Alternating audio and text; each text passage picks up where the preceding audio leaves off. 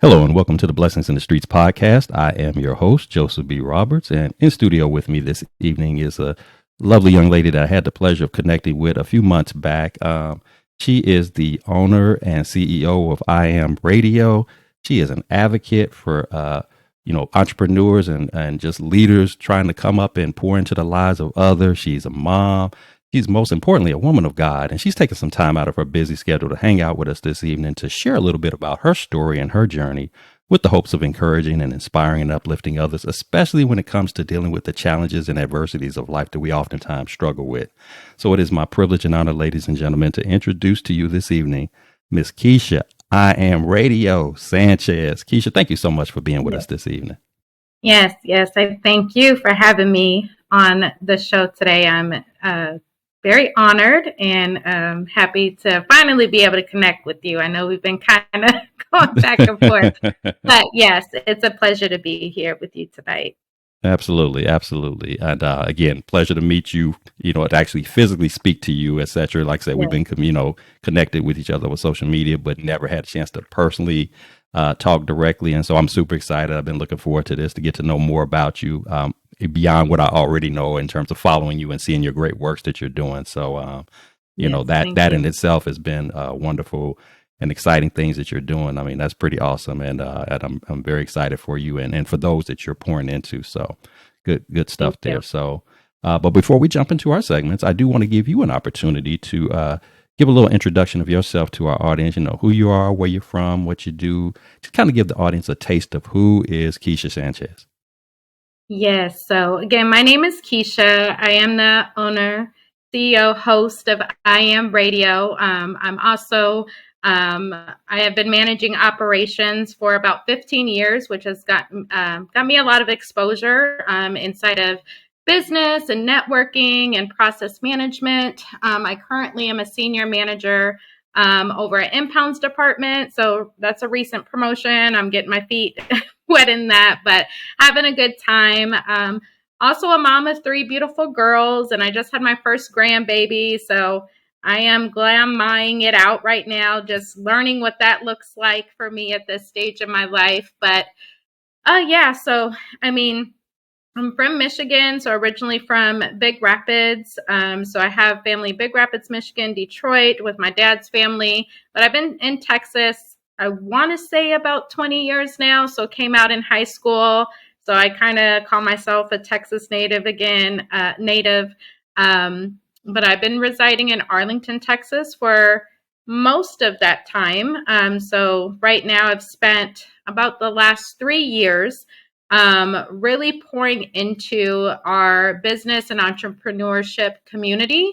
3 years ago, I started I Am Radio as a radio host, and then eventually created a centralized platform where we highlight and celebrate local business owners and get the community together and discuss day-to-day issues that our community is facing and celebrate other people that are making an impact in our community. So it has been very rewarding. I've met a lot of great people. And so again, just being able to balance, my 9 to 5, being a mom, and then also being the face of the community has been both challenging, but again, also rewarding as well.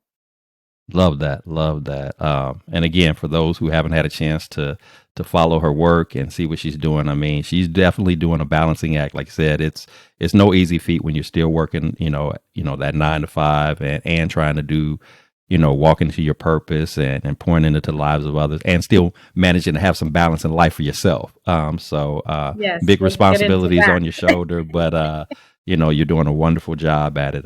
You're making it look easy, and I know it's not easy, but you're making it look easy. So, yes. That's great. That's great to hear. So, when it comes to our journeys, our stories of our lives, I'm a firm believer that in order to fully capture the essence of those stories, it is really important that we start from the very beginning of the foundational basis of where it all starts, and that's exactly what we're going to do at this point in time for your story. So if you would kind of take us back, you're a Midwest girl. I'm from the Midwest as well. Take us back to those days in Michigan coming up. What was it like for you growing up? Fond memories that you have about growing up, as well as if there was any challenges that come to mind that you had to deal with growing up. Please share that with us as well. Kind of give us that again, that foundational basis of where your journey begins. Yeah, definitely. I mean, from my perspective, I'm going to say my most fond memory, I remember going back. I think we were in Texas first, and then we went to Michigan. And it has to be around Bone Thugs and Harmony came out with their Crossroads video. Like, that was my first exposure to spirituality, actually.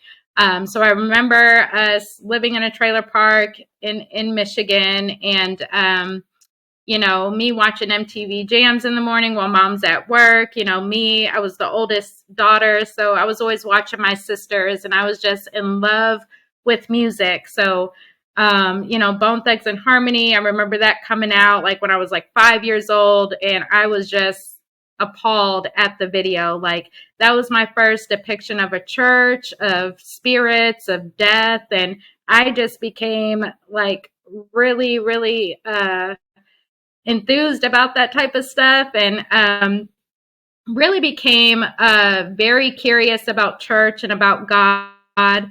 And, growing up in Michigan, especially in the backwoods, like, you grew up with a lot of folklore, so outside of like my grandmother and my great grandmothers who were Catholic, we weren't necessarily in the church. And so as I started to delve into different music and listening to hip hop, and, there wasn't just like the Christian presence, but people are talking about Islam, and so like there was that balance. And so I was always just intrigued by music, and started sneaking and taking my sisters to like church when my mom was gone away at work. We'd hop on a church bus and go around to these different churches and stuff.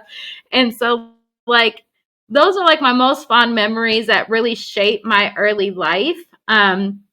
And outside of that, like growing up, I was just a carefree, free-spirited girl. I loved being in nature, walking out barefoot. Like, I still walk around barefoot. And like, people are like, where are you from? Like, who does that? But yeah, I love being in nature. Like, it was so wooded, and everything was just so natural. The Great Lakes and the evergreen trees, and just being able to eat the berries and the apples off the tree. Like, we just didn't have a care in the world, right?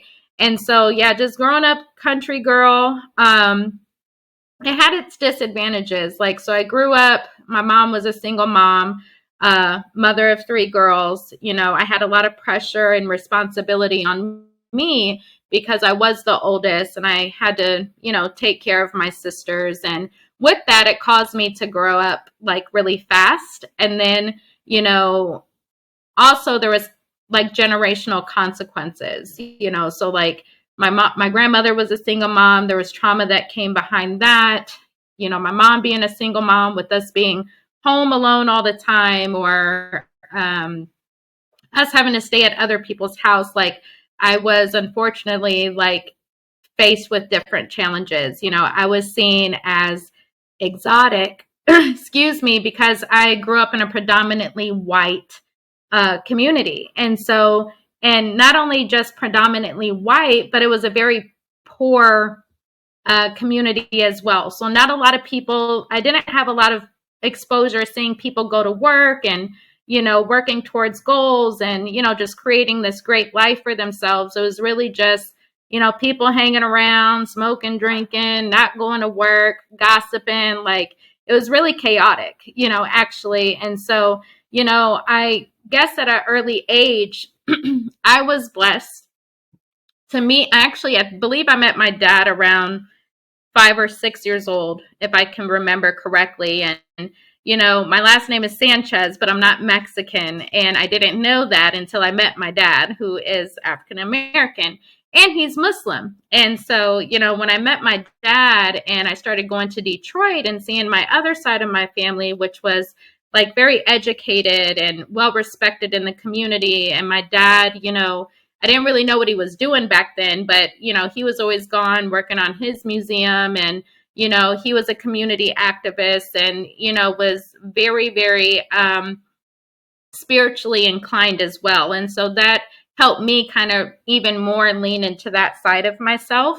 But it, just my father was very intentional with teaching me who I was as an African American woman, and just who I am as a woman of God as well. And so him setting that example and him walking his path and sticking to his dean or his journey, like, really set a precedent in my life and helped me tap into another facet of my life that I don't think I maybe, wouldn't have been aware of if I didn't have that other worldview growing up.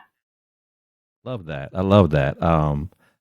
It's very interesting. And again, this is why I like to always start off our conversations like this, because I truly do believe that the ultimate purpose that we walk in life, much of that, again, it is a direct connection to where, that those early years begin. And so I'm hearing you speak about, there's this one aspect of your life where there's poverty, where there's, lack of motivation, lack of desire to be anything. People are just sort of existing and just there. And then you have the opportunity to meet your dad, and then he shows you a different side of life where, no, there are people who actually want to be something in life, and they're educated, and they're active in their communities, and they have dreams and aspirations, and so to make those connections as they were for you. I mean, I think you needed both of those sides especially when you just think about what you're doing right now.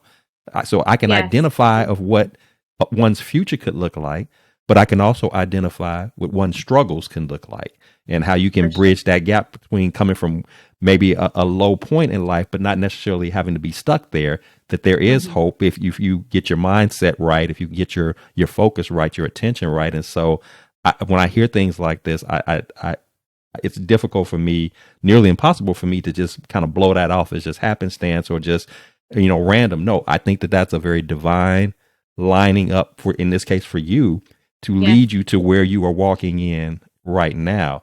And then I think the other thing that was really interesting about, what you spoke of just so far is the idea that it was on your spirit to want to, I don't think I've ever heard of anybody like talk about wanting to sneak to church. I'm sneaking myself and my sisters to church.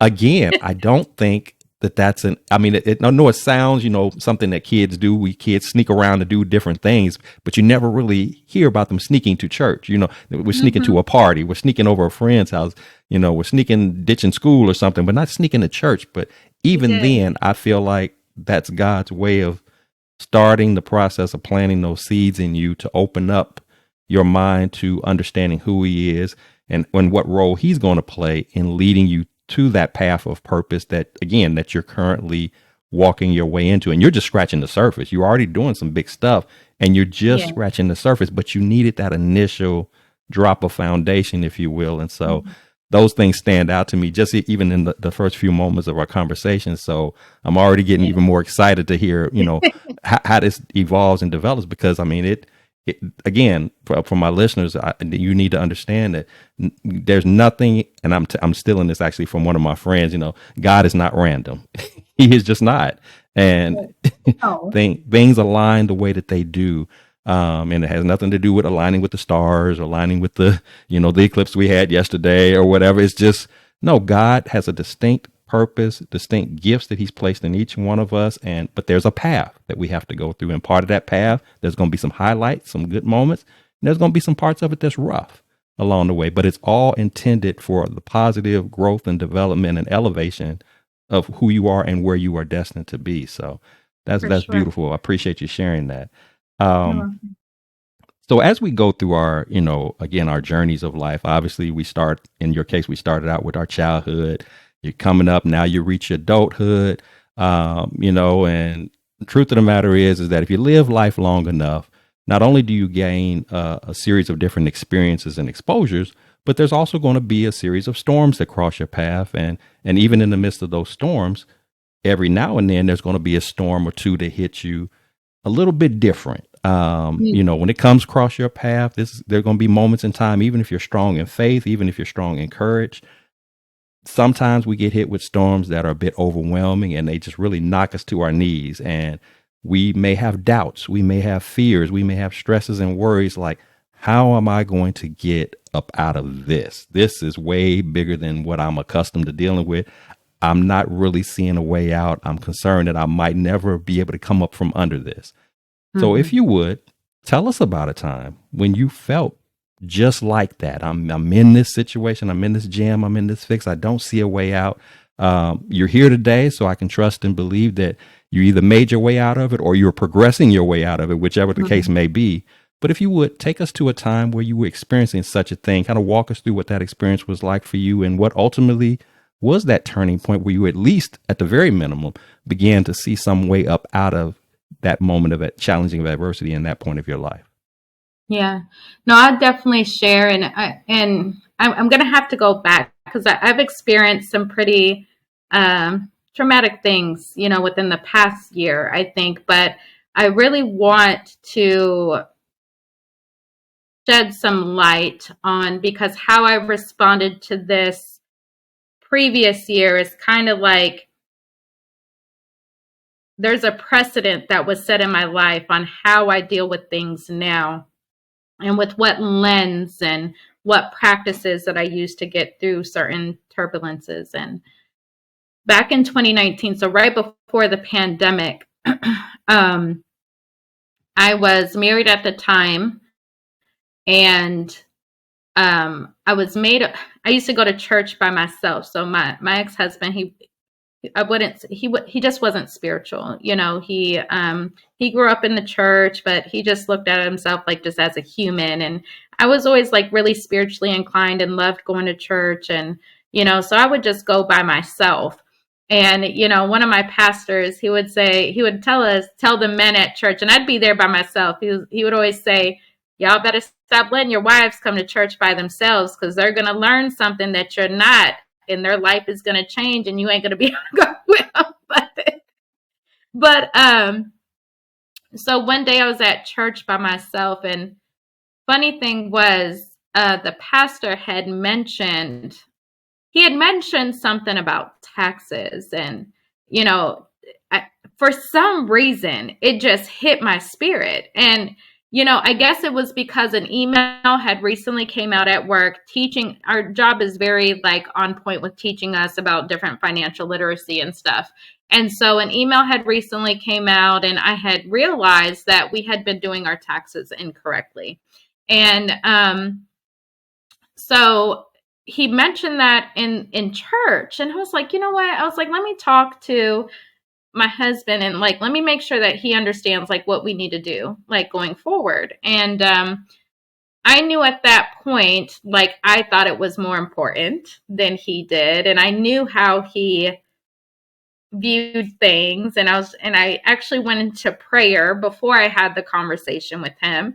And I was like, Lord, can you please soften his heart before I go in here? Because he doesn't care about this stuff. Like he just didn't, and he didn't think too deep into things. And and I went and had the conversation with him, and he was just like, no, I'm going to keep doing it how I've been doing it. And I'm like, well, I'm not doing that. And I really was so scared that we were going to get in trouble. And, that whole, and I did, I stood firm on, once I became aware that it was wrong, like I fixed it, and he eventually gave in and we fixed it. But then I was like, oh my God, like what's going to happen? Like, I know we fixed it. Other stuff has been wrong. And eventually we got some notified. And my name was the only name on the paperwork. It wasn't his. And so I personally went through I'm gonna, now that I can't really put it into words. Like it was really crazy. Like I was paranoid. I thought I was going to jail. Like, and it was real. Like it was definitely real. But you know, other people didn't look at it the way I looked at it, because they weren't going through it. And so it was in my mind. It was my emotions. It was my experience. But eventually, it really drove a bridge in between us. I was really trying to be obedient, and it just wasn't working. And unfortunately, like my mental health started to dwindle. I was getting sick. I was battling suicidal ideation. Like it was that serious. I thought I had like let down my family, even though I know I was making the right decision. But I was like, dang, how did I get to this point? Like, I kind of like followed him and what he believed rather than sticking to my own code. And, and that really affected me. And, I would try to read the Bible and try to get direction, but I just did not feel good. And I felt judged. I felt damned every time I read the Bible. And so I just put it up and I was really upset because I like to pray and I like to talk to God. Like, I felt like I could not hear, see anything from God at that point. And, eventually when it got too bad, one night I was dealing with the suicidal ideation and I tried to get some help. Like, I went to my ex-husband. I was like, look, like for some reason, like these thoughts, like they're not going away. And, like, I don't know if anyone, like, if you haven't dealt with it, like, you can't judge people that have. Like, it is a very biochemical thing. It's a ruminating thing. People will call it selfish to even think that you would want to do that, but it's a very personal thing. It's not between you and your family and what you got going on in this life. It is like you and yourself. And it's a very mental, spiritual thing. And I ran down, so it was like 2, 3 o'clock in the morning, and I ran down to my neighbor's house. And she was actually my daughter's homeschool teacher, so I only knew her like on a professional level, but I just knew that she would be up. So I ran down there and she opened her door and I'm just a hot mess, just crying. And, I go in there and she's like, what is wrong with you? And I'm just spewing everything out. Like, I didn't want to be married anymore. I just felt like we weren't aligned. I didn't know how I was going to make it through this time in my life. And I didn't want to be here anymore. And, the first thing she did was draw me a picture of myself. And it was a picture with a face, with eyes, crying, with bars across the face, like jail, right? And it was very interesting before I got to that part of my fears and what was going on that she painted that picture or drew that picture of me. And then when she drew that picture, she put dots in my face and like drew lines from them and said, this is judgment, this is shame, this is guilt. These were all these emotions that I was feeling, that energy.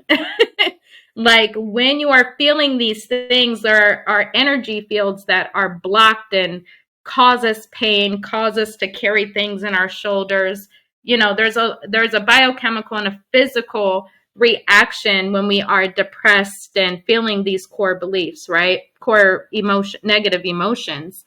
And I really didn't understand that. And she started talking to me about all these things about, self accountability. There's no one coming to save you. Like, and she's like, everything that, you're here because it's an accumulation of every choice that you have ever made in your life, and this was very contrary to what I believed, because I always use religion as my path and my go-to for direction. But again, at this point, I could not hear, see, go to God, right? And I kept arguing with this lady down, and I was bringing up religion, Christianity. I was like, my family's Muslim. Like, I know this, I know that. And she started, the thing that blew my mind is when I brought up the Islam thing, she just started speaking to me in Arabic. And I was like, well, okay. She was like, my father's Muslim. Like, you're not telling me I don't know anything I don't know. I'm talking about you. You're the one over here looking crazy, crying. I'm laughing now, but it was not a pretty sight. There was a few conversations where we actually put our hands on each other. Like, it was bad. I mean, I was really battling myself is what I came to realize. Like, I was doing this woe is me dance. I was mad at God. I was, not taking accountability of where I misstepped. And it wasn't just in that situation. So I actually had a mental breakdown of not just that situation, but there was a lot of things that I had blocked out of my mind growing up and having kids young. And my first marriage, I was in an abusive marriage, losing 3 children in that marriage, getting married again, and that really not being aligned with who I was at the core. And so that was just kind of like the catalyst of one, me breaking all the way down, rock bottom, to where my physicality was gone. Like I was this big, looked like a freaking demon. I mean, I was just sick. And then, my mental wasn't there. I wasn't emotionally stable. And, she started telling me, she would lift me up and put me in the mirror. And she would just tell me, like, look at yourself, talk to yourself. You see how beautiful you are? And, she would tell me to take care of myself and, that I just have to wait. Like, I just have to let things unfold and I have to make tough decisions. And she taught me that, God is everything, even inside of me. And that I didn't have to cry and pray and beg for God to do anything, that it was just cared for, that I could celebrate now. I can feel good now, no matter what is to come. And, and even the Quran talks about it, that God is closer to us than our jugular vein. He is present at all times. And, and when I tell people now, I just did a speech at a self-care event.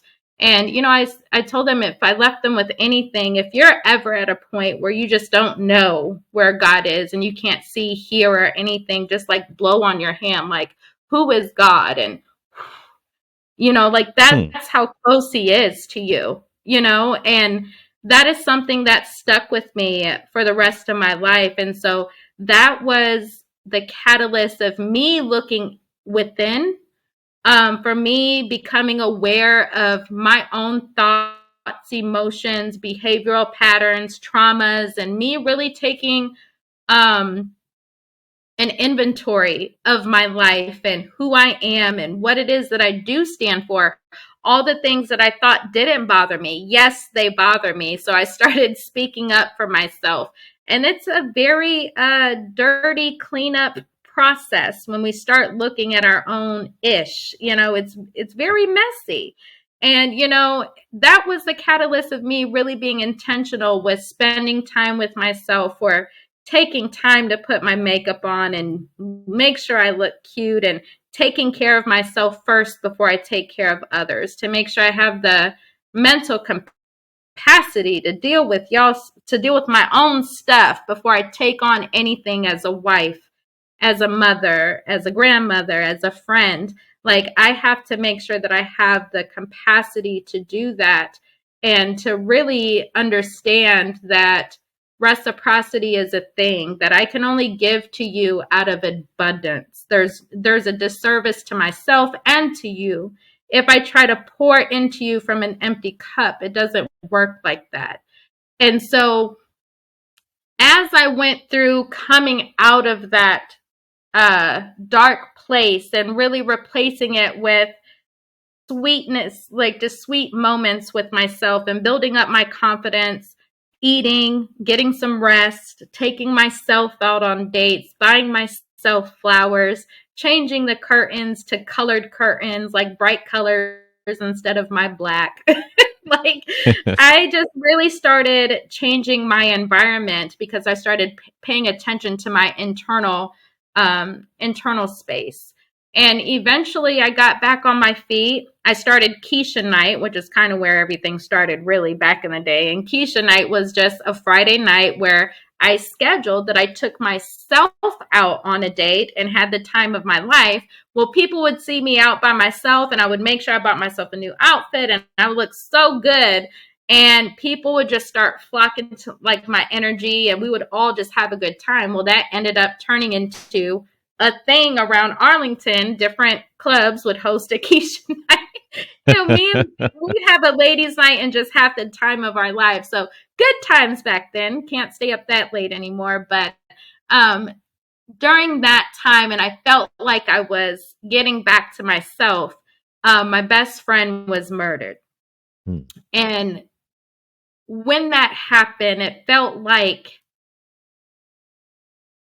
I don't know, I didn't hit rock bottom like I was, but it was another wake up call. Like, cause I was feeling better. And so I was like, okay, what do I do with this marriage? Like, how do I recreate this and be a good wife, even though I'm trying to find myself again, you know? I realized at that point, because she was murdered by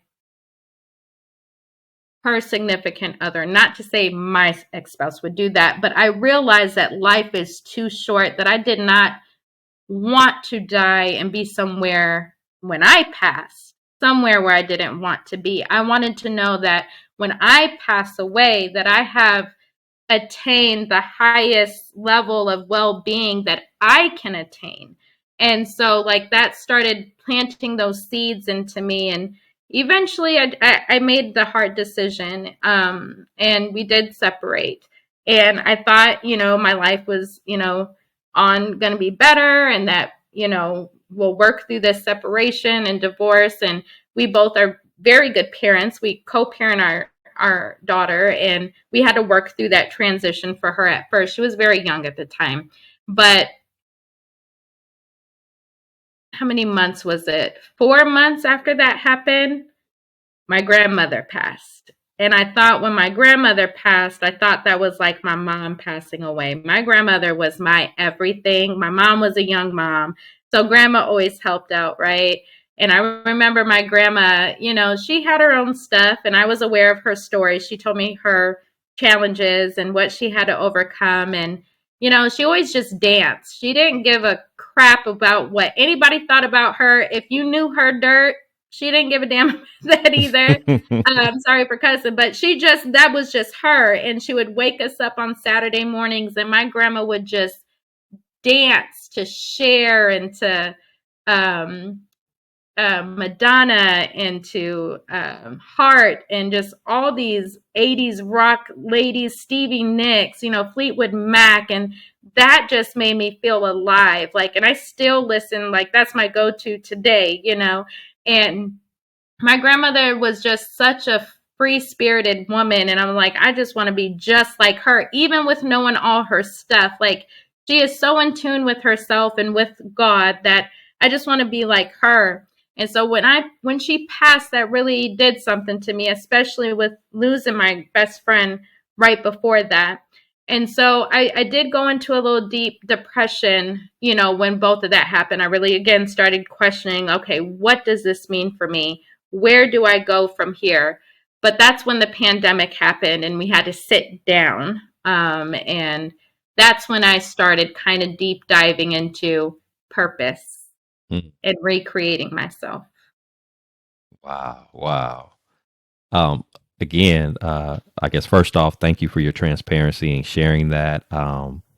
Such a powerful, powerful story. And again, it kind of it goes back to a testament of who God is. You know, sometimes, you know, in that journey of being in relationship with God and kind of aligning with what His will is for our lives, part of that process requires us to go through that breaking, if you will. Mm-hmm.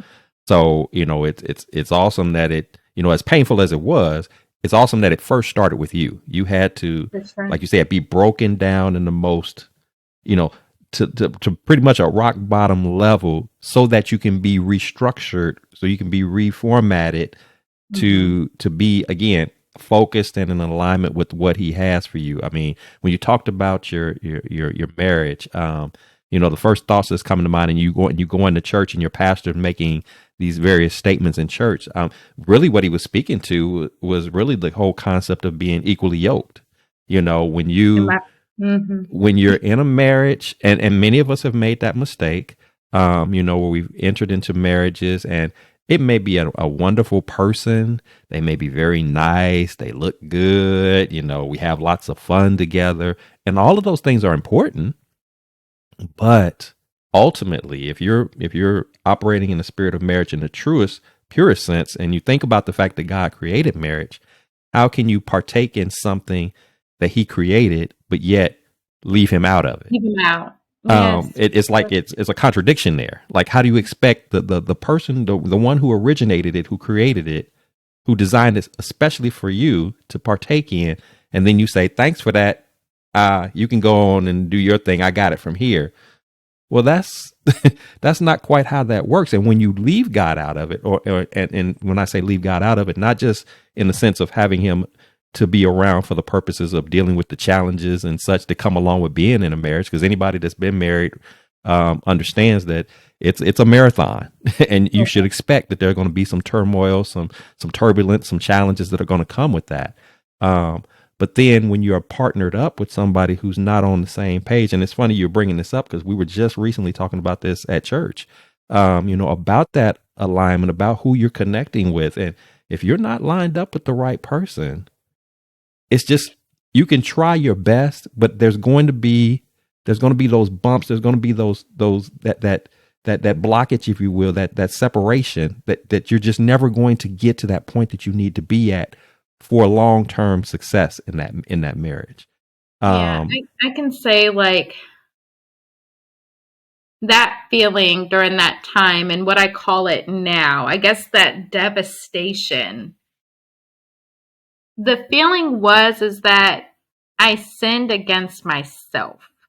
Like I didn't stick to my own code, like the code that I had before I met the man. I mean, I was my own person. I had my own experiences, overcome a lot of things in my life up until that point. And I had my relationship, my spiritual journey on lock before I met him and went through my things with him.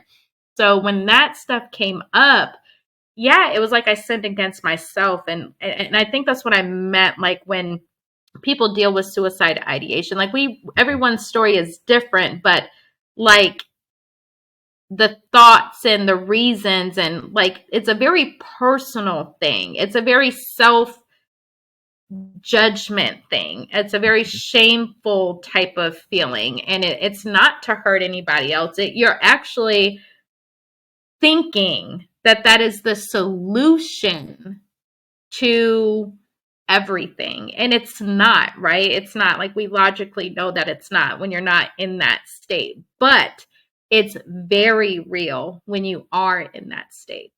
Absolutely. And the other thing too that stood out to me as you were talking about, the breakdown, if you will, of yourself, um, and then, connecting with this teacher and how she's trying to show you what's going on and pointing out the various things, the guilt, the pain, the all of the aspects of the stuff that you had been holding in. The word that was playing in my mind as you were telling that was forgiveness. Yeah. And I'm thinking to myself, and it's not an isolated thing to you. Many people struggle with this. And again, this is something I literally just brought up recently.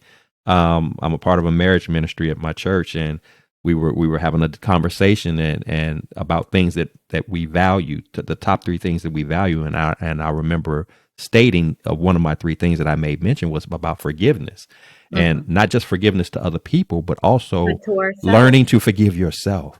Yes. And so you telling your story the way you just told it is a perfect example of how when you don't forgive you and you allow all of your shortcomings, your mistakes, your downfalls, like as if you're the only one walking the earth that ever makes mistakes. Okay. And you're beaten.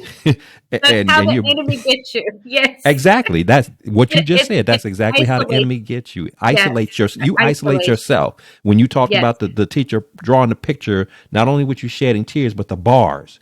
You put yourself into your own prison. My own prison. That's what she said. She said, you ain't even got to go to prison, girl. You're already in it. Right. You have tried yourself. You have judged yourself. You have convicted yourself to life in prison. And you're harboring all of that stuff inside of you, just beating yourself up for all of the this and all of the that, to the point to where it transitions to now you're sitting around contemplating taking your own life. Yes, for sure. It's a build up to that point. It was a build up. It was very real, and it did start with the internal dialogue of those negative emotions, to where it became a physical, mental, emotional, and spiritual warfare. Definitely. Yeah, you're having this battle, and you're having this battle. I mean, and I'm not trying to put you out there in terms of your age, but my audience needs to understand Keisha's not an old woman that you. Keisha's young, and Yes, she's battling this like she's been uh, yeah, around a whole long time, and she's not. She's still in the early stages of life, and yes. it's And I think I was probably, oh my God, 25, 26 going through this. I was and very young. and you speaking what you went through at that age, I mean, because that's a reality. If you look at any of the stats, if anybody, whether it's you or anybody that's listening, if you look at the statistics today about suicide rates, that's one of the biggest things that's standing out right now is how the age of suicide has significantly dropped over the years. Suicide in the past, when back in the day, back in the 70s, growing up, for me, if you thought about suicide back at that time, 70s or even 80s, that was a old person thing. That was what either old people did, people like, maybe battling some, major illnesses or whatever, Mm-hmm. and they didn't want to hurt anymore, so they were thought about taking their lives, or people who had gone through some traumatic event that typically occurs, let's just say for people who are older, whether it's a loss of a loved one or a financial breakdown, Mm-hmm. that they experienced or something like that. That was suicide was oftentimes associated with old, at an older age. Now we're at the point where you have preteens Preteens, taking their yeah. lives. Teenagers, we hear that all the time about kids, hanging themselves in the closets or ODing on pills or just stuff like that. And they're kids, Yeah, so I'm saying all that to say to our listening audience, and if any young people have an opportunity specifically to listen to this episode, first of all, never pursue permanent solutions for temporary problems, but for also sure. learn to forgive yourself. We all fall short. We all make Mm-hmm. mistakes. I don't care how old you are. I don't care how smart you are, where you come from. Everybody falls short. But that's the beauty about having that relationship with God, because when you make that commitment, when you decide to be in a relationship with God, part of that process involves the fact that you've accepted Christ in your life. You've acknowledged the fact that there's somebody that took the opportunity to pay the price on your behalf, Yes, so that your sins could be forgiven, not only from the past, not only for the present, but also for the future.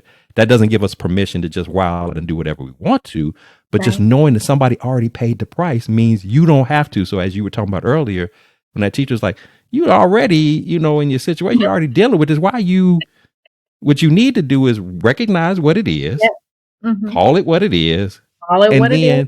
then okay, after you get that emotion out, because you had a right to cry and be angry and all of that, but once you had that moment, okay, now what am I going to do about it? Mm-hmm. And also, and understanding that even as you go down that path of what am I going to do about it, understanding that you don't have to do it by yourself. By Again, yourself. I can lean on God and say, okay, God, okay, here I am. I'm in this. Don't know how I got here, but here I am. Mm-hmm. Please be my guide. Please be my steps, my direction. Give me the insight, the knowledge that I need to do to move forward, to glean something from this storm. Because that's the other element that I want to, tap on as Yeah. well, is that the storms, as much as they hurt, as painful as they can be, these are really things that you're going through. If God is allowing it to happen, it's not to harm you. It's not to hurt you. It's really to develop you. It's really to It's elevate to you. It's develop really and to grow your transform character. you.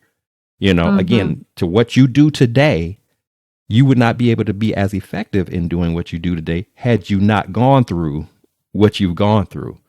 For So sure. it's a part of the process. The process It doesn't is. always feel good, and we got to be okay with knowing it's not going to always feel good. It's not going to be always convenient timing or anything like that. But if you can hang in there, if you can endure, if you can withstand, leaning into God to get you through that, in the end, when you come up out of that storm, you're able to do it still standing upright, and you Yep. have an opportunity to come out stronger, better, wiser than what you were before the storm began.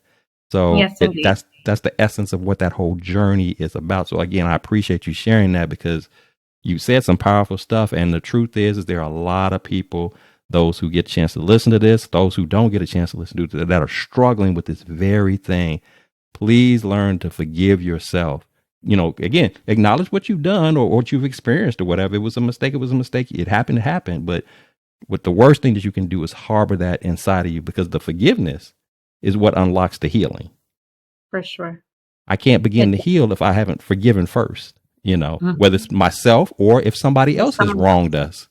I got Mhm. to forgive them. And forgiving somebody else, even if they've wronged you, doesn't mean that you condone the behavior. But I Right. have to forgive them again to begin to heal myself so I Mhm. can move forward, so. Exactly.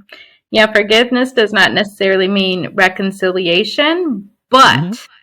if you can forgive someone and can, choose not to continue to be in direct relationship, but if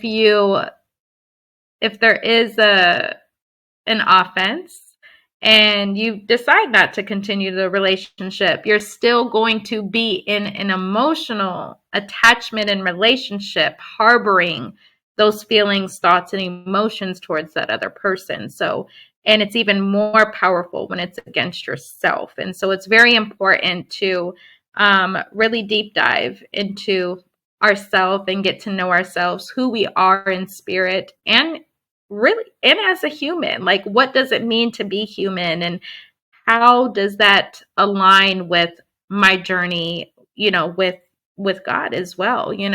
I don't look at those things separate. I really like look at it as I am a spiritual being having a human experience. Like, what does that mean? It really takes the fear away of, things that I experience. Some humans experience that. I'm not the only person that deals with, death or grief or um, issues paying the bills or getting into a car wreck. Like, some things are just are a very natural part of the human experience. It doesn't mean that there's spookism or that there's judgment, like God is trying to show you something or you're in trouble. Like, some things are, there to build you and to turn your life in a different Hmm. trajectory. But some things are just natural to the human experience. But I think when it's those times that are very intimate with you and God, and He says something that really catches your ear and your eye, and it's only between you and them, like, you better change that. I don't care what you or your spouse or what you think your spouse should do, but I taught you better, Hmm. Keisha. Like, you better be obedient to this. Like, I think those are the type of um, notions and pivot points that have really, not just that time, but on many occasions, have made me pivot in my Love journey. that. Absolutely. Absolutely. So, Keisha, when kind of building upon this, when you are facing challenges and adversities, and of course you talked about some very heavy stuff, but we know that all storms that happen, all moments of adversity are not going to always be at that level. Sometimes it's just the day to day things that Mhm. we encounter, just lifing as it does for us. So, what I'm curious to know from you is, what is your process, your routine, your regimen, if you will, that you like to apply, that you like to follow when you are faced with a moment of challenge or adversity? Like, what do you like to do that works best for you, where you can stay level headed, but also be able to work your way through that situation or circumstance that you're dealing with? Yeah, I can say, like, now,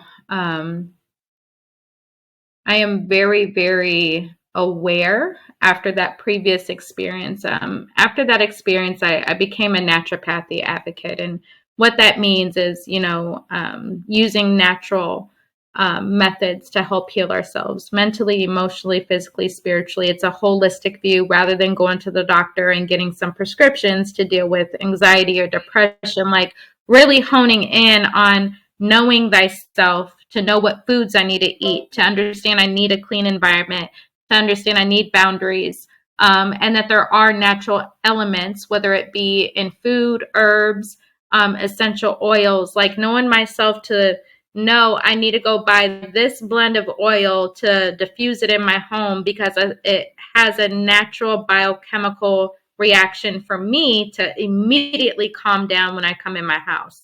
So no matter what I'm going through in my day, when I walk in my home, I have patchouli diffusing and it naturally calms me down. It kind of like, don't even want to say manipulates, but you overall will just calm down. It's like smelling your grandma's perfume, like, she's passed, and, you go into a room and you just have that smell and it takes you to a happy place. You can do that with visualization. You can do that with aromatherapy, with color therapy. There's so many things that God gave us naturally, like color and light and a sense of smell and eyes to see, a mind to imagine. And there are so many tools that are available to us that we can dive into that helps us get to know thyself and also tap into our spiritual self. And, that really opened up a gateway for me to heal myself on the different levels. And, that has been a journey over the past few years. After I started getting into the community and launching I Am Radio, like I Am Radio is, it's not I am like in the Bible, but it's same thing. Like every time I say I Am Radio or it's put out there, I am reasserting, like, even if I Am Radio might not be doing what I think it should be doing. When I say I Am Radio, that's put out there. Like I Am Radio is I am. Like it's still gonna be popping even if it doesn't look like it. Like I just keep calling it. And we have to do that for ourselves. Like we have to understand our power. We have to watch the words that we attribute to ourselves, like our internal dialogue. We need to check our inner critic and really understand the relationship that we have with ourselves. So there's so much talk about the relationship with others, and people fail to realize that there is an internal dialogue, and there are thoughts and patterns and behaviors that we have with ourselves that makes up that self relationship dynamic. And so we need to really be conscious of that, because that's where we start the healing process, is self-realization. And so once we come into this self-realization, then we are able to seek out the methods that really speak to what we need as individuals to be the best version of ourselves. And so that is going to look different for every person's journey. And that has been my life's work ever since, is really sharing my journey through transparency and through sharing, and then also creating a platform where other people, it was for business, but I understood that our stories are our testimonies and people buy from who they like, know, and trust. So if I could bring business owners on a platform where I'm able to help tell the story behind their brand, then people would feel more comfortable and enthused to purchase from them. And so from there, I'm like, I can't do these Keisha nights anymore. Like, I'm going to make a Keisha day. Didn't call it Keisha day, but I'm like, I'm going to create a centralized space for the community to come over or come out, have a good time, network, buy from small business owners, bring out, community leaders and nonprofit organizations and people that are well versed in different areas of business to talk about these things, to educate our business owners, to talk about the day-to-day issues that we're facing in our community, and as well as celebrating others that are doing great things in our community. And from there, God has shown me over and over again that this is what I was meant to do. And the resilience that it takes to keep it going. Like I've built that resilience through certain life experiences, because I'm like, boy, if I didn't have the passion for this, I would have quit a long time ago. Like people don't understand. They see me being consistent, online, and they just see Keisha showing up, but people don't understand like really the work it takes and the energy that it takes. And I do go through personal life things still. I mean, I'm raising 2 teenagers and, just had a grandbaby. And I think the biggest thing was losing my mom. Like my mom passed away in November, and she passed away at a time, like 1 week before that, I had my International Men's Day merch and mix, and I was so high. I was so high on life. I was like, oh my God, I made it. Like the energy was just there. And I even called my dad and like really had a candid conversation with him.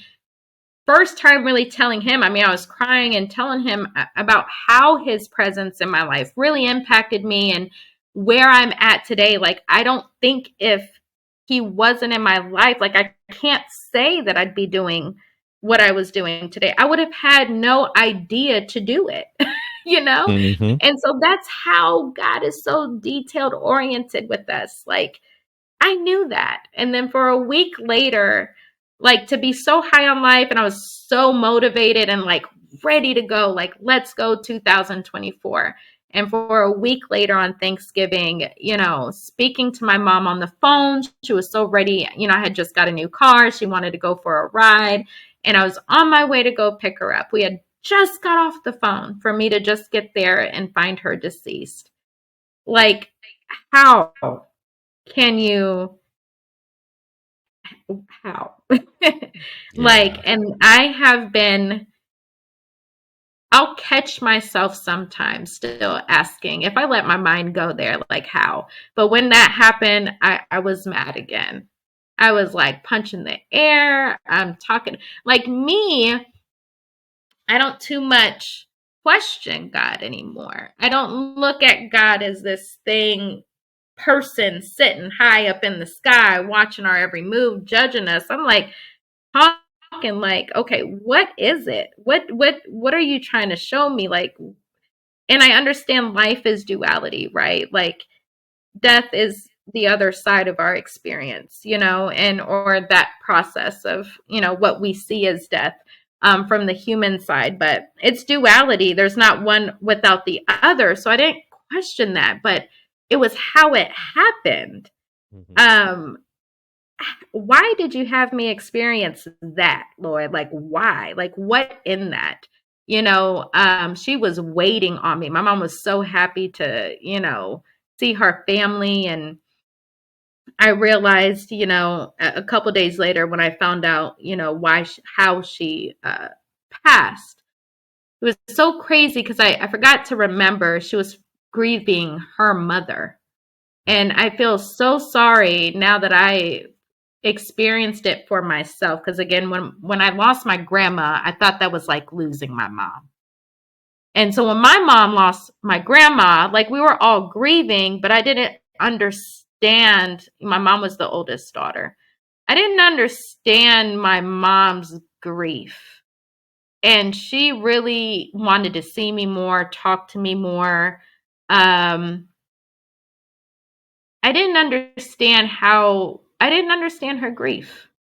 And I think that if I understood more, maybe I would have been a little bit more patient and available. Um, but it also showed me like how strong a person can be. Like really. Like to be the matriarch of the family and then you and or yeah, your mom passed and then you're the matriarch of the family, like how her perspective had to have changed while grieving and trying to hold the family together. Like what was her thought process? How did she view that? And and then when my mom passed and I'm 33, but I'm the next generation. Like it was my Hmm. grandma, my grandma was the oldest, my mom was the oldest, now it's me. And so now I'm looking at this like this is the most beautiful, crazy thing that I am working through to observe right now. Like, yes, it's been hard to go through it. And, I have my days to where I lose it. But there's also some days I'm just true to myself. Sometimes I don't even pray and talk to God. Sometimes I get up and I have to go to work and I turn on my Kevin Gates. Like I keep a balance, and I meditate a lot. I spend a lot of time by myself. I am out on my porch for hours on end, looking at the sky, listening to the birds, paying attention to how I feel in my body. Like I make sure I spend so much quality time with myself, really doing nothing.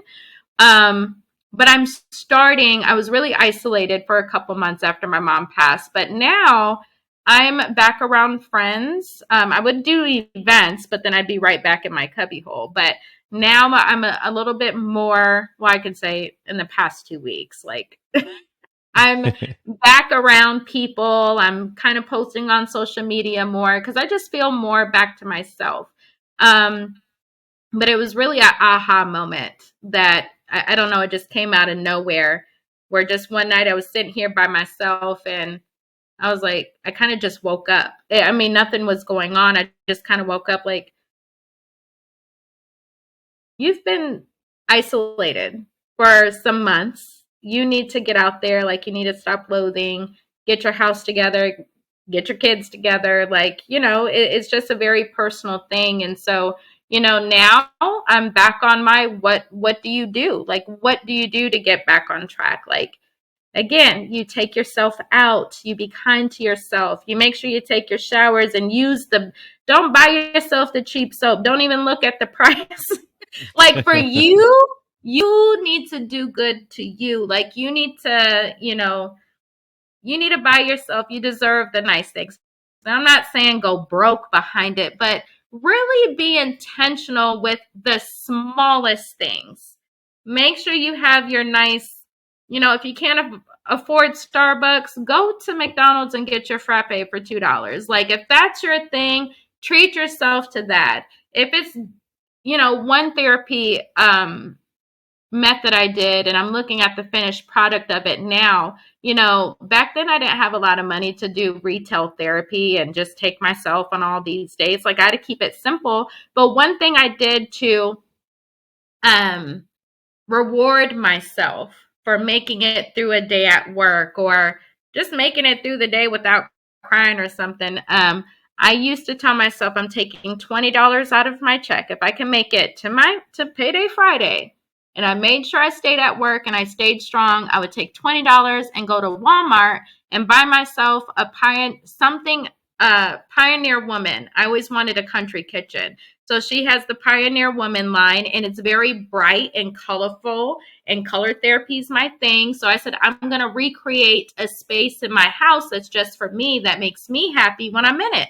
My Hmm. kitchen. I have to go in there and cook all the time. So, all right. So over time, like, now I have Pioneer Woman everything. It's all bright, crazy looking over there, but it was piece by piece rewarding myself for just getting stronger and doing better. And it's those type of things that we really have to be creative for ourselves. Like, I understand that there's the Christ consciousness and that our sins are paid for, but sometimes, like, in the human experience, like, that goes out the window. We do deal with the humanness of our experience, and we do have to find those little things that get us through the moment by moment by moment after we've prayed. you Hmm. know we can say the prayer, and we can, you still have to stand strong. Like, it's still up to you. You know how many people pray and still go take their lives? Right. Right. There You so make many people. You cannot tell me. So many, we know very prominent people that, pastors, I mean, people you would never think would take their life, praying, God fearing people. But there's something about being human and how we're wired. If you think the wrong thought and get caught, there's something that can happen there. So you have to make sure that you keep a balance. Yes, your spirituality, you need to be in that. You need to cultivate that. You need to build your relationship. And then you also need to make sure that you're taking care of yourself emotionally, mentally, physically. It all plays a part in our worldview and how we view ourselves and how we view others, which is in turn going to um, determine how we operate in this world. And so, I just try to stay true to that. Like, take a step back. When I still struggle with judging myself sometimes, like, because I'm a perfectionist. And so when I feel like I'm like, oh my God, like, I'm being hard on myself right now, I put everything down. I say, you know what? I don't have to do none of this right now. And I just don't do it. And I step away. I go outside. I go for a walk. I might go to the store. Like, I just choose to do something else that, but judge myself, but sit here and loathe. I choose to do something else. And it is a choice. At any point when you're feeling any type of way, you do not have to stay there. You can choose something else. It's like being tuned into the radio, our thoughts, they emote. Like, well, our thoughts trigger emotions, and those emotions emote out. And so when you're on that frequency, like attracts like. So if you're tripping out and you just have a bad negative vibe about everything that goes on, you're going to have a negative connotation to attach to it. So in order to get off of that 97.9, let's say you want to listen to 102.9 and get some worshiping going on, you literally have to change the channel to get over here and get on that frequency and start feeling the beat and singing a different song. That way internally you start to emote, think different thoughts, starts there. And then your emotions turn, like you start calming down, which you start feeling good. And then you want to start looking good. And then your behaviors change. You feel like you can take the world on. You feel like you can get over this. And that turns into praise and gratitude and lots of other good stuff. And then your outside world will start reflecting just that. I love that. I love the analogy that you just spoke of there about changing the channel, not being afraid to make that choice to change the channel, to change the frequency. So that, like you said, so you can set that space, set that tone. Even earlier when you talked about, about setting the tone in the home, whether it's the colors of the home, the scent of the home, the sounds of the home. I mean, just to tap into all of those senses, because, even when I think back to, something as simple as, my mom, made a big deal when I was a kid growing up, like, I could have my bedroom could be a total chaos. But the one thing that I better not do in leaving that room before I headed off to school was to not make my bed. That bed better be made every day. And you don't really think about it at the time. Something as simple as the making of a bed, how your rest for the evening can be so much different when you are pulling back a freshly made bed versus jumping in a bed that's left chaotic and unmade. There's something about when you're dealing, like yourself, myself, when you're dealing with the grind of the 9 to 5 and the chaos and the craziness that goes on out in the world. When you come home, that home is supposed to be, no matter how big or how small that place is, that's supposed to be your sanctuary. So when you walk home, there should be a certain calm, a certain peace that comes over you, because you've now entered into that space of relaxation. But if it feels the same way or crazier than it was than the space you just left, then where do you get any kind of rest or reset or anything? I'm walking from one chaos to another chaos and then back to another chaos to that chaos, and I'm repeating that cycle each and every day. When do I rest up? When do I refresh? When do I reset? And then the other thing too is, and I don't know if you intended it to be this way, but like when you talked about earlier about why you called your platform I Am Radio, and you used I. For me, when I first saw that, my interpretation of it was, I am, to me, was like, how am I seeing myself? And, looking inside of me. And you kind of spoke as you were explaining it. That's, to me, that's how I interpreted you coming up with that concept. I am is about me looking within and seeing who I am, understanding me, loving me, experiencing me, and then setting those boundaries. And I'm saying boundaries, but, just yesterday when I was doing my recording with you met Steven, he talked about, and I'm giving a little sneak preview of that. He talked about certain things in his life being non-negotiable.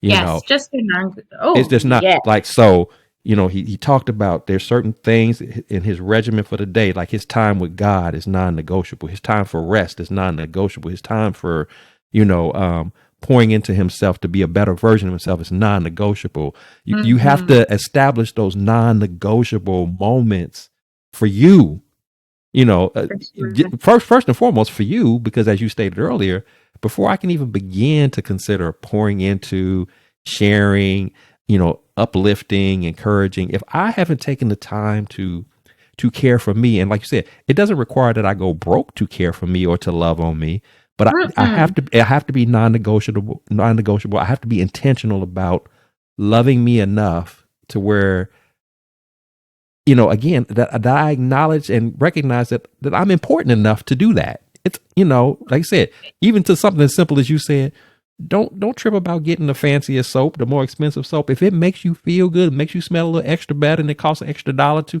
it's for you. Go ahead and Get do it. that. It's for you. You know, get the nails done, get the hair done, put on the extra makeup, make sure the clothes lay just Whatever. right. If that makes you Mhm. feel good about you, then that energy radiates It onto the trans people that you it have been set to transmits come to the people. alongside. Yeah. For sure, it really does. I mean, and it's where to, you know, I remember like when I was real deep up in like Christianity and Islam, like I was a Christian apologist and I was an Islamic apologist. I mean, I was deep off into it. and the biggest, the biggest, I, I hate I was like that. I made a lot of mistakes and misinterpretations with that, but you can, less is more. Mm-hmm. We live in a culture where we just loosely give our opinion and ideologies and this and that. And, less is more. Like when you really take the time to dive in and you just really lose the care to prove yourself, or really when you've just been shown that, like, hey, you have to transcend those things. Like God is just bigger than whatever we can conceive or talk about or make up or write down. Like you just Mm-hmm. learn to be quiet. And people drawn to mystery, like they look at you like, I know she has something to say, like she knows her stuff. And just when you just be quiet, there's so much more power in that, Yes. and I think we really need to learn from being comfortable, like letting silence do the heavy work. That's a Mm-hmm. new concept that I ran across when I was taking a training doing conflict management or having tough conversations. And, just not having to just lay everything out and have all the answers, but come in with an intention to learn and be curious and really actively listen to another person's experience and their point of view. And you don't have to rebuttal everything. Like everything is not meant to be challenged. Some Mm-hmm. spaces are just, we just learn from each other and you just listen. And, you know, some things you just let, if you don't have nothing nice to say, let Right. silence do the heavy work, you know? So Right. there's just some things we can't come back from. And so, yeah, I think it's a beautiful thing. But yeah, your interpretation, and I love how you got that out of that, because that's totally what it means. It's really like, the third eye, like really looking at stuff from a different perspective, but also like self consciousness, like just being self aware and being Mm-hmm. open to different perspectives. And that maybe what I have done, said, or believe is that that's not the ultimate, right? Being open to learn from spirit and from the universe and really being malleable, like being like water fluid to change and be open to different perspectives and really open to other people's experiences, like not being judgmental. um I think it's very important. Everyone brings value, something of value, you know. Yes. Yes. And one quick thing too is when you just talked about earlier about silence, letting the silence do the heavy work. I, as you said that, I immediately thought back to your statement about prayer and how there are some people who will pray and then still take their lives. There are Mm, some people who will pray and still go on and do whatever it is that they do. Lord And knows so what. my point to those who are listening is that when you go into prayer, one of the things that you have to learn about prayer to fully grasp the essence of what that prayer is going to be all about and what you're going to get from it is you have to, as Keisha said, let silence do the heavy work. So, and my pastor talked about this. He said, Yeah. sometimes we'll go to God and pray and we'll throw out the best prayer that there is. We'll lay out on the line everything that's going on and what we need. And God is taking it all in, but he's also looking at us like, at what point are you going, you said what you had to say. When are you going to be quiet and Be let me quiet. now give you what you said that you wanted from you. You said you wanted guidance, you wanted direction, you wanted wisdom. You said My all of this, you know. my most powerful prayers have been silent Hmm. for sure. Yeah. And those are times to where God has spoke to me. And I'm not talking about speaking like I heard a voice or anything. I'm Mhm. just saying where I feel presence internally around me. And I realize my own ish. And I also feel accepted and loved and forgiven. It's just like it's a presence, loving, ultimate presence. And, you know, God is so good and so present and so Yes. merciful. And we can tap into that at any point in our life, but we can't tap in it with trying to be in control at the same time. Because we see we'll take stuff to prayer to God, and then after we pray to Him, then we follow up with telling Look Him at our how He's hands. supposed to answer it. You know, I'm gonna pray to you, then I'm gonna tell you how you're supposed to answer it. I'm gonna give you all the directions and instructions on how you're supposed to answer it. So then He's like, "Well, Yeah, what you come to me for if you're gonna tell me got it how to already. help you instead of, again, as you said, that silence, Mm-hmm. taking advantage of that silence." And even another perfect example of that is when you talked about how you enjoy, being outside sometimes, and you're sitting on that porch and you're just taking in the nature, the sky, the sounds of the birds or whatever. I can't tell you how many times I've been outside, particularly like if I'm walking the dog or whatever, and something has been on my heart that I've, spoken to God about, and I might see a bird. I might hear a Mm-hmm. noise, a sound of music or something totally unexpected, unrelated. But when I see it and when I hear it, it instantly Just now. connects the answer to my question or the Mm-hmm. feeling that I'm feeling. It confirms. And like I've literally looked, and I've shared this example before. I've literally looked at, say a tree that maybe has 20 birds in it, but of the 20 birds that are sitting in the tree, there's this one bird that you just feel like is looking specifically at you to, Yeah. to tell you. Or there may be, just using the bird example, sometimes I may maybe walking down the street and you just see this one bird that stands out from all the birds you've passed by, whether it's a beautiful red cardinal or a beautiful blue jay or something Yeah. in the air, something that taps into your senses, that it doesn't just feel good to you sense wise, but it connects with whatever it was that you've been talking to God about, that's been on your heart. And Yeah. it sounds weird when you say it to people because they're like, how does that, doesn't even make sense? But until you experience it, It's an only then do you intrinsic know. thing. Yeah. It's like, that's it. That's the Mm-hmm. answer. It could be somebody just comes up randomly to you to have a conversation. And in the midst of having that conversation, they say one or two words in the midst of that conversation. You'd be like, that was it. Yeah. That's what I've been looking for. What they just said. And they'd be like, what? I know you don't know because I haven't talked to you about it, but that was it.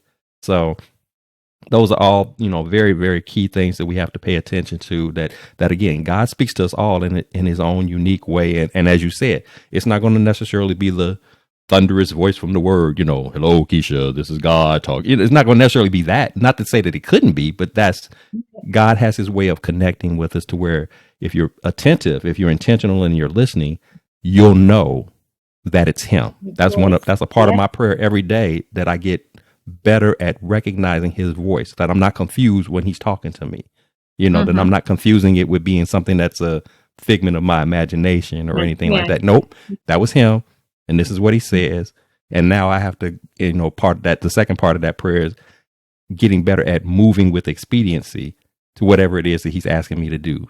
Not feeling like I got to question everything, not feeling like he's got to explain everything blow by blow. Just go with it. Just do it. Trust in him. Just Yeah. trust it. Yeah. Because last time I checked, he's never lost in anything. His plans, his directions are always perfected. So even if I don't know how it's all going to play out, even if I don't know all the particulars, all I need to know is who came up with it. And if I'm recognizing that he did, I'm good. You put on your events, your merchant mix and all the other events, you don't necessarily know what the outcome is, but it works. It works because of who you're trusting in. Yeah. It works because of who you trust in, Yes. that everything is going to fall into place. And so far, everything falls into place the way it needs to fall into place. And at times some surprises come out of it that you didn't even see coming. Always a You know, surprise so every time. we're calling it a surprise, but really it's a blessing that comes out of it. They're like, thank you. I didn't even ask for that. I wasn't even looking for that. And you made Mm-hmm. that happen too. So that keeps you motivated to go bigger the next time and go bigger the next time, you know. Well, So that's what exactly keeps me motivated is, we do our part. I was actually sharing this with one of my partners, that was really just kind of dealing with, being stagnant and feeling like they're not making an impact and, really, really down on himself about it. And, I told him, I said, that's none of your business. mm, The impact and the result, you don't have no control. Well, it's really none of your business. Your responsibility is to continue to show up with the vision and the responsibility and the work that God gave you the vision of, and if you stay committed and true to it, God will show you. I mm, mean, you know how many times I wanted to give up on the merchant mix, or I mean, come on. And it wasn't necessarily the merchant mix, it was just life. I was dealing with imposter syndrome. I'm like, Lord, how am I living this life online? And I'm doing all this in the community, but behind the scenes, it's a whole other story with these mm. teenage girls. Yeah. God, these past few years have been tough, having to pivot and be one person publicly and really struggle in the background with different facets of my life and having to be pruned and stretched as a mom. Like, what I kept, there was times I was showing up to the merchant mix. I'm like, Lord, whatever happens, happens. Like, this is, and I would just give it. Like, this is you. And it just got bigger and bigger and bigger and better. And you know what?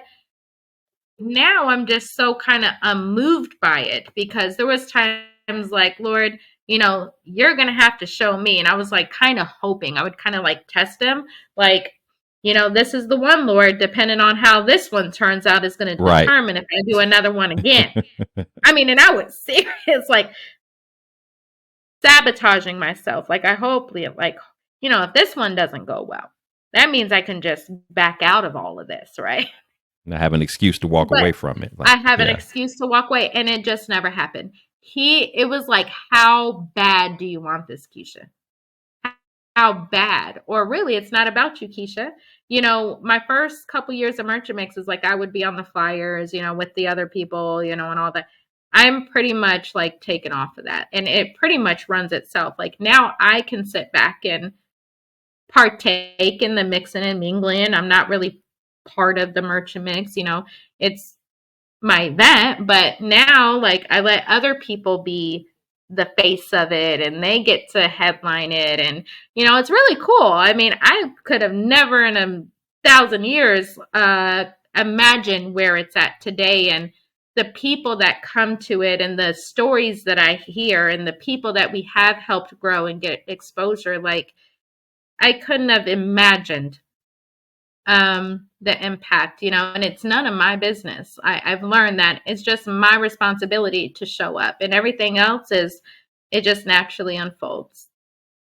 That's it right there. So with that said, Keisha, if you had a chance, when you think about all your experiences, lessons learned, I know you're still relatively young, but you've gone through a lot. If you had a chance to Mhm. speak to the younger Keisha, or perhaps if there's somebody listening that right now they're battling and dealing with some of the same challenges that you've had to go through and work your way through, whether it's, overcoming suicidal thoughts, whether it's overcoming, the holding in the guilt and the blame in yourself, failing to forgive who you are, not looking inside of, to find out who the true self of who you are and loving yourself and pouring into yourself.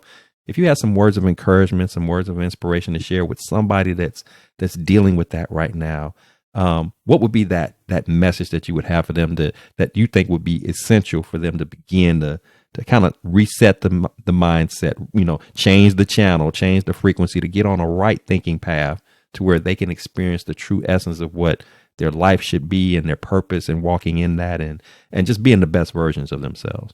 Mhm. I would say to choose you always. And that means for the good stuff. And if the stuff is bad, whatever you think you need to do to make it better, if that means making somebody else uncomfortable or mad, choose you. Like, you only have one life and you want to live it to, my philosophy is that I want to obtain the highest well being that is possible for me. I don't know if that's this level, this level, or this level. I don't know. But when I think about meeting challenges or who I'm going to connect with or the experiences that I want to experience in life or that I don't want to experience in life, I want to choose me. I want to make sure that even if that's in the midst of choosing others, that I don't leave myself out, that I have that boundary that in this decision, in this connection, it aligns with who I truly am. I don't ever want to shut myself out or dim my light. I want to be in love and self satisfied and self approved in whatever decision and in whatever connection relationship that I have. And so choosing you means being true to yourself, taking time with yourself, spending time with yourself, loving on yourself, forgiving yourself. Just choose you always. You can't go wrong with that. That's awesome. And what Keisha is really speaking to is something that my stepdad used to say. It's about healthy selfishness.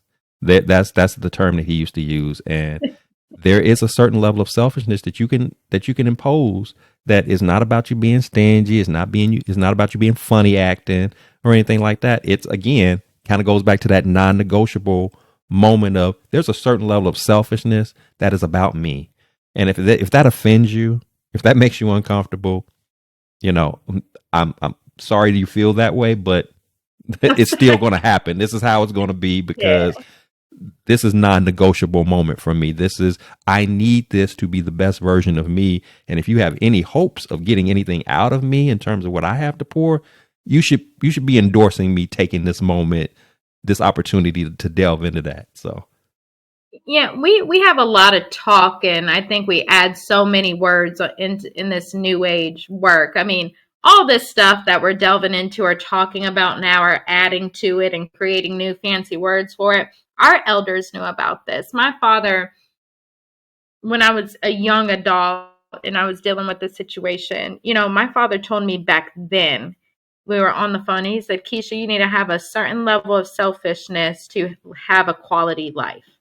And I didn't understand that because I never was taught boundaries. I was taught that you give, like giving and being nice was like a badge of honor.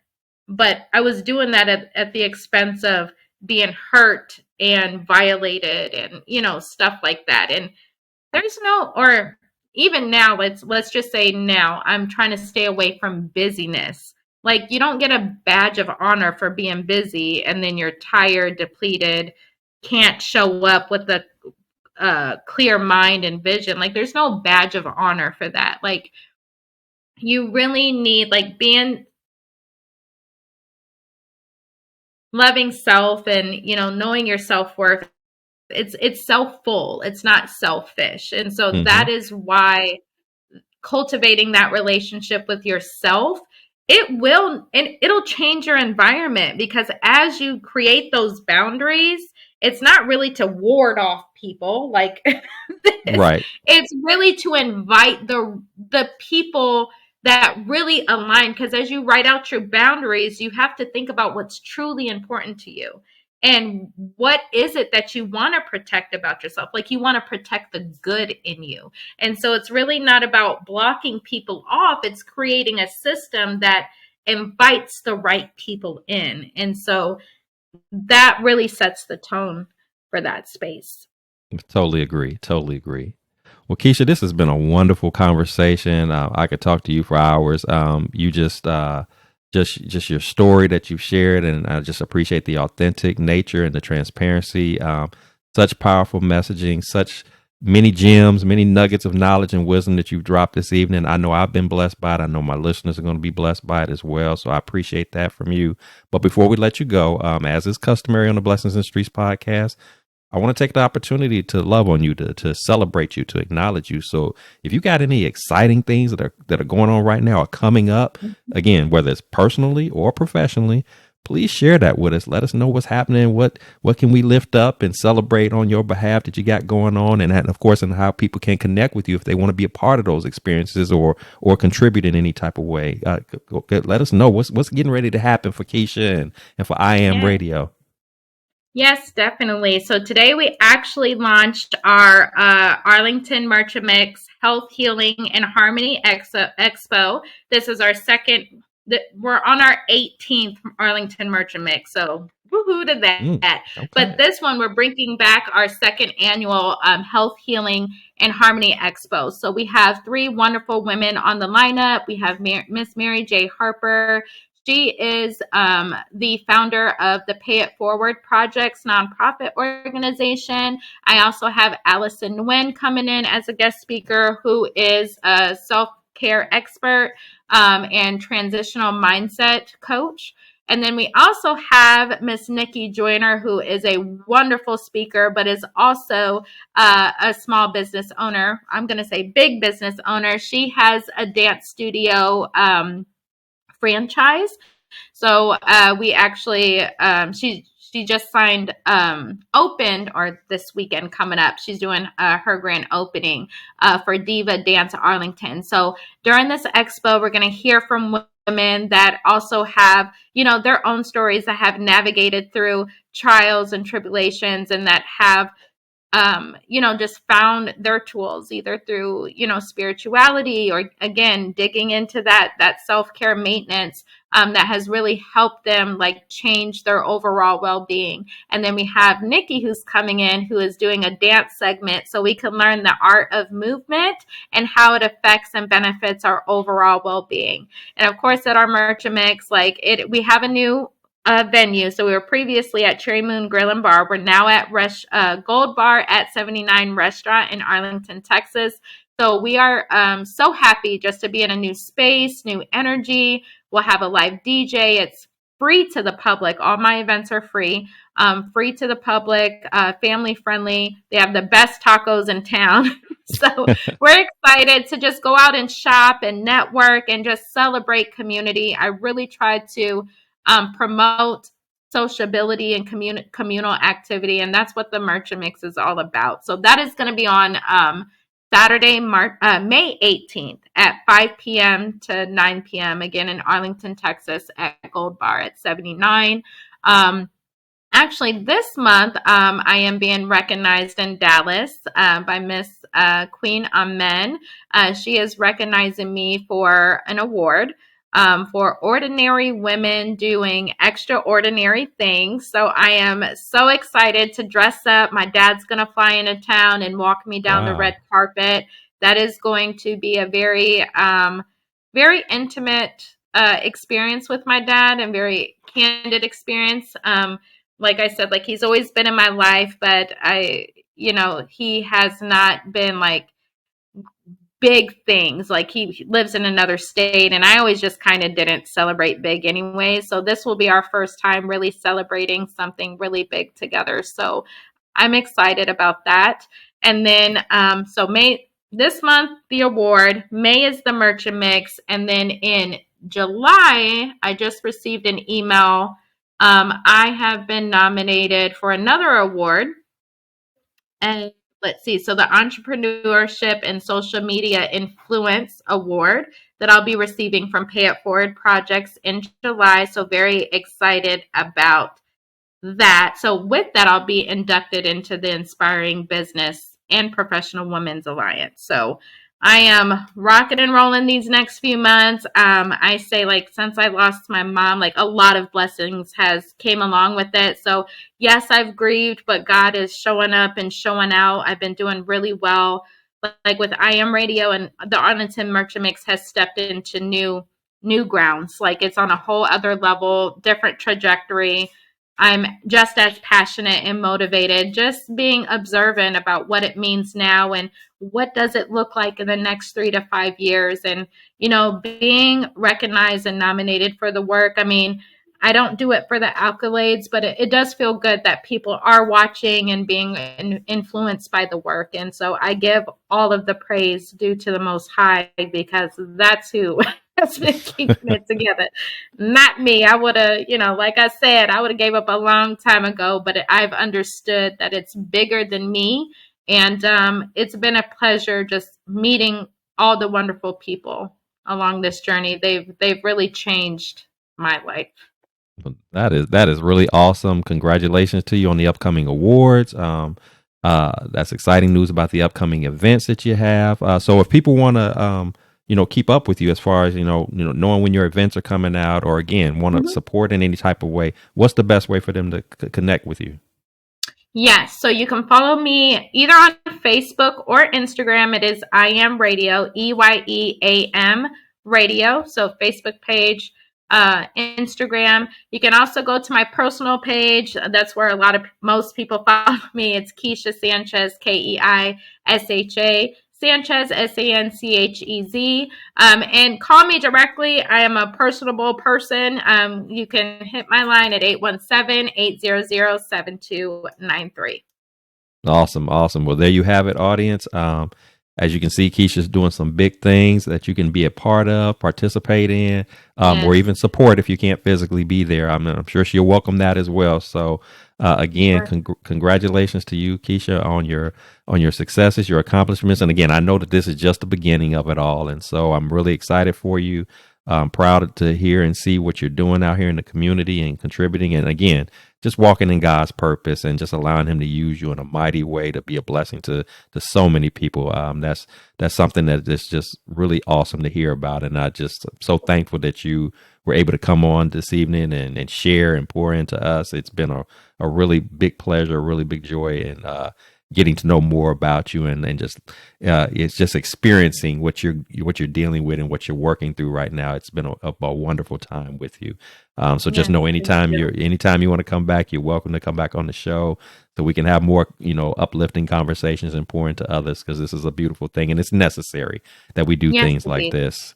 And so for my audience, if you've enjoyed our conversations this evening, the content, what we're doing here, please subscribe, please share, please like, please comment, because here at the Blessings in the Streets podcast, this is what it's all about.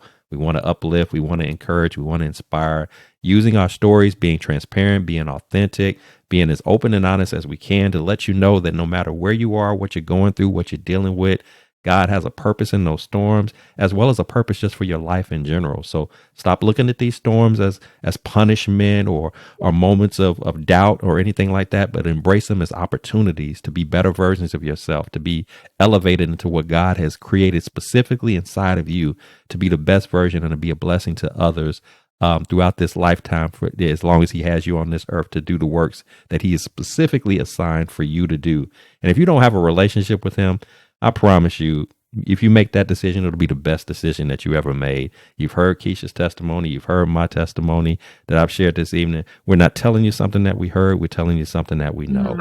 So, and we're not trying to keep it to ourselves. We want you to experience it as well and be a part of that experience. God loves you unconditionally. He wants nothing but the best for you. He doesn't expect us to go through the fights and the battles and the challenges of life by ourselves. He wants to be all up in that. So let him do that. Build that relationship, lean on him accordingly, and just watch him amaze you beyond your wildest dreams. So remember, here at the Blessings in the Streets podcast, it's the place where your story is your glory, where your relationships are relevant, and your journey is your joy. I am your host, Joseph B. Roberts. Thank you so much for tuning in. And until next time, keep fighting that good fight, keep persevering, keep hanging in there, leaning on God, trusting him, leaning on his understanding, his guidance, his direction. Take that time to listen. Let the listening do the work for you. Take it all in. Let God pour into you as he wants to, and then follow that, embrace it. Even if you don't fully understand it, even if it doesn't all make sense to you, he is perfected in everything that he does and everything that he's about. He will not lead you astray. So until next time, you take care of yourselves. I look forward to seeing you again. Appreciate you hanging out with us, and I'll see you next time. You have a great evening.